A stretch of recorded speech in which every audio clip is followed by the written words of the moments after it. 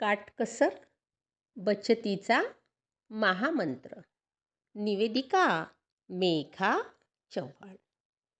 गुंजीत गाढव मढविणे किंवा एक तीळ 7 जणांनी मिळून खाल्ला किंवा दमडीचं तेल आणलं, सासूबाईचं न्हाणं झालं, बाबाजींची दाढी झाली, भावोजींची शेंडी झाली, उरलं तेल झाकून ठेवलं, लांडोरीचा पाय लागला, वेशीपर्यंत ओहोळ गेला, त्यात उंट पोहून गेला. अतिशयोक्ती अलंकाराचे हे उदाहरण शाळेत मराठी व्याकरणात आपण वाचलेले असते. या उदाहरणात दमडीच्या तेलात कितीतरी गोष्टी केल्याचे समजते. आज उधळपट्टी आणि छान चौकीच्या जगात काटकसर करून जगणे स्वतःसाठी, पर्यावरणासाठी आणि आपल्या भविष्यासाठीही आवश्यक आहे. उपलब्ध आहे म्हणून उधळू या वृत्तीने जगण्यापेक्षा योग्य तेवढेच वापरू हा विचार करणे बदलत्या काळानुसार गरजेचे झाले आहे. अन्न, पाणी, वस्त्र यांचा योग्य आणि जपून वापर करणे इष्ट आहे. अंगावर एका वेळेस एकच पोशाख आपण परिधान करतो, तरीही कपाटातून बाहेर पडतील एवढे ढीगभर कपडे आपण बाळगतोच ना. एका वेळेस एकच चपलांचा जोड आपण घालतो, तरीही भाराभर चपलांचे जोड घराबाहेर दिसतात. हीच गोष्ट आपण वापरतो त्या अनेक वस्तूंविषयी. एकदा तरी आपण आपल्या उपभोगवादी वृत्तीचा विचार करायला हवा. पूर्वीच्या लोकांची जगण्याची पद्धत साधी राहणी, उच्च विचारसरणी याप्रमाणे होती. प्रत्येक गोष्टीचा पूर्ण वापर करून घेतला जात असे.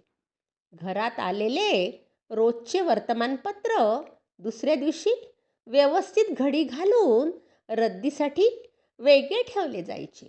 दुधाच्या पिशव्या स्वच्छ धुवून वाळवून काही पुढील वापरासाठी तर उरलेल्या रद्दीसाठी जमा केल्या जायच्या. एप्रिलमध्ये वार्षिक परीक्षा संपल्यानंतर आपली पाठ्यपुस्तके लहान भावाला, बहिणीला अथवा परिचयातील विद्यार्थ्याला दिली जायची.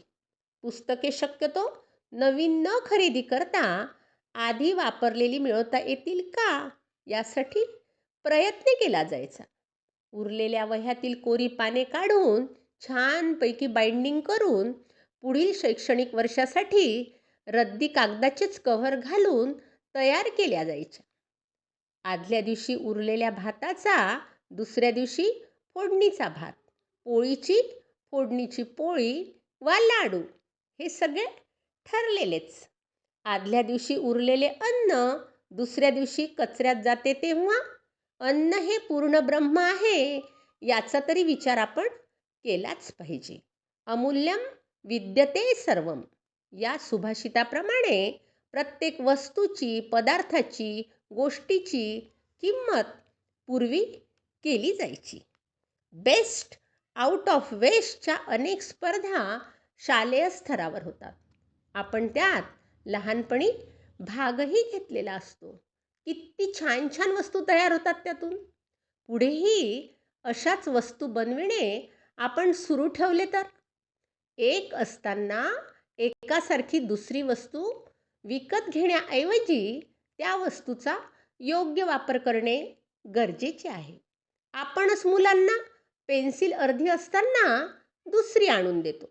घड्याळ दुरुस्त होते की नाही हे पाहण्यापेक्षा नवीन आणून देणे सोपे आहे असे समजतो. घरात एखादी गोष्ट शोधायचा त्रास वाचावा म्हणूनही नवी वस्तूचा योग्य तितका वापर करायचे ठरवले तर मुलेही आपोआप हा वापर करू लागतील. आज हवी ती वस्तू लगेचच हाती मिळते, म्हणून पैशांची, भावनांची किंमत राहत नाही.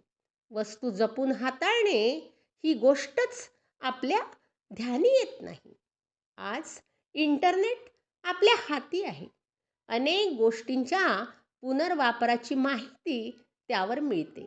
त्यानुसार गोष्टी करून पाहिल्या तर समाधानच मिळेल, ते वेगळेच. शिवाय वस्तूंच्या किमतीप्रमाणे तिचे उपयुक्तता मूल्यही जोपासले जाईल. पर्यावरणातील प्रदूषण, कचरा, भविष्यात निर्माण होणारी काही गोष्टींची टंचाई लक्षात घेता आपणच कल्पवृक्ष होणे नितांत गरजेचे आहे. नारळाच्या झाडाचा प्रत्येक भाग उपयोगी असतो.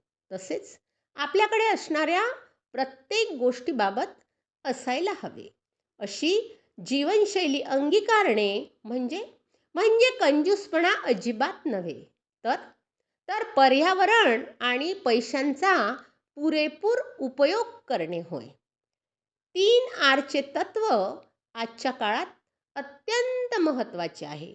रिड्यूस, रियूज आणि रिसायकल. यातून मिळणारा आनंद व समाधान अवर्णनीय आहे. चला तर मग करूया प्रयत्न. धन्यवाद.